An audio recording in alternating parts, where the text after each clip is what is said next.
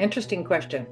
I think first, I went to a conference. It was at a Glow International conference where Johnny Erickson Tata, the paraplegic, I think you might know her, was one of the main speakers. And it was a conference talking about evangelism of all things. And so as I'm sitting there listening, she said, I'll give you a hidden people group. You want to see a hidden people group? And then she talked about people with special needs, in wheelchairs or in that couldn't get out, couldn't go to church, couldn't find out anything. And in those days, we didn't have the social media that we have now to be able to access things. And so I remember sitting there being so touched by what she shared. I remember saying to God, how do I get in that people group? Help me get in that people group. I want to help. And so then I don't remember if it's a few months or a year later, financially, my husband and I needed me to go to work. I was a stay-at-home mom before that, and we needed me to find a job. And that's when I went down to the school district and I said, what can I do that I can be home with my children? And they put me in those special needs classes. And the people in the stories in this book were my friends. I know them all. They aren't somebody I chose, because it was a good story.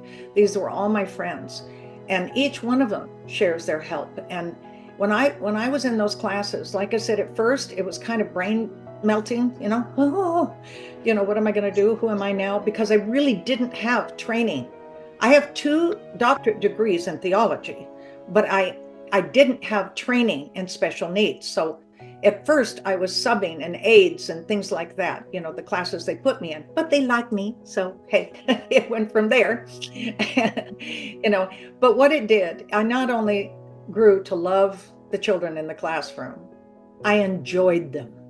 I found ways to some of them were just so unique in special ways. You find little giftings here and there and sweetnesses and things that you can really, really have a good time while you're with them over time.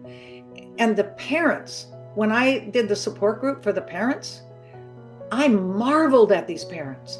I think I say in my book, I think they could run for president of the United States and they could do it. Just because of what they had to do to be a parent of that child, that particular child. Wow. It's the character, the love, the practical, the willing to help others. It was just amazing. And so it brought a whole new dimension of appreciation in my life.